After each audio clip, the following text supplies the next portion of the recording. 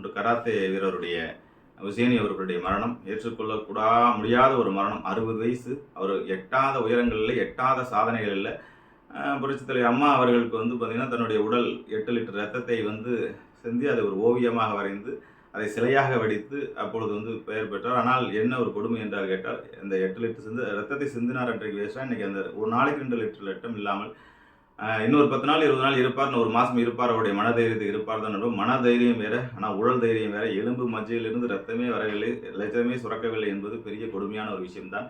ஒரு கராத்தே வீரனுக்கு இப்படிப்பட்ட ஒரு மரணம், இரத்த புற்றுநோய் அப்படிங்கிறது வர வேண்டியதில்லை.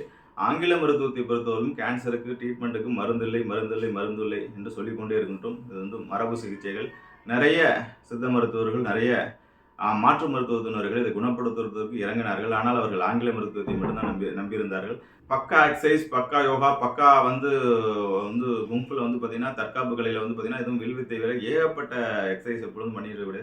ஆனால் உடல் அதெல்லாம் கடந்து அந்த எலும்பு மஜ்ஜை புற்றுநோய் என்பது ஆங்கில மருத்துவத்தில் தீர்வே இல்லை என்று நம்ம பல பதிவுகள் சொல்லி கொண்டு இருக்கின்றோம். அதை மாற்று மருத்துவத்தை, ஏனென்றால் கடைசி காலத்தை எப்படி கொண்டாட வேண்டும், மரணம் அறிவிக்கப்பட்டதுக்கு அப்புறம் தைரியமாக மனதைரியமாக எதிர்த்து போராடி கொண்டிருந்தார் உசேனி. ஓவர் கான்ஃபிடன்ட்ல தான் இருந்தார். கொஞ்சம் மாற்று மருத்துவத்தை ட்ரை பண்ணி பார்த்துருந்தா என்னை பொறுத்தவரைக்கும் அவருடைய வாழ்வும் காலத்தை நீடித்திருக்கலாம். தமிழ் மரபு சித்த மருத்துவங்கள் போன்ற முறைகளில் இதுக்கு தீர்வுகள் இருக்கின்றது. இதுக்கு நிறைய உதாரணங்கள் சொல்லலாம். ஆகவே நண்பர்களே, இதெல்லாம் ஒரு வாழ்வியல் படிப்பனை. ஆகவே உங்கள் உடம்பை, மைண்டை, பாடியை பேலன்ஸாக வச்சுங்க. உடம்பை இப்போலேருந்து காட்டுக்கொள்ளுங்கள். அவ்வளோ பெரிய எக்ஸசைஸ் பண்ணி, அவ்வளோ பெரிய கராத்தே வீரன், அவ்வளோ பெரிய போர் வீரன், அவ்வளோ பெரிய உடல் மேல் அக்கறை உள்ளவர், பாக்கி எல்லாத்தின் மேலும் அக்கறை இருந்தும் அவருக்கு இப்படிப்பட்ட ஒரு நோய் வந்துடக்கூடாது. ஜெனட்டிக் பிரச்சனையாக கூட இருக்கலாம் நண்பர்களே. வீரனுக்களே எதிர்த்து போராடக்கூடிய விஷயங்களே இல்லை.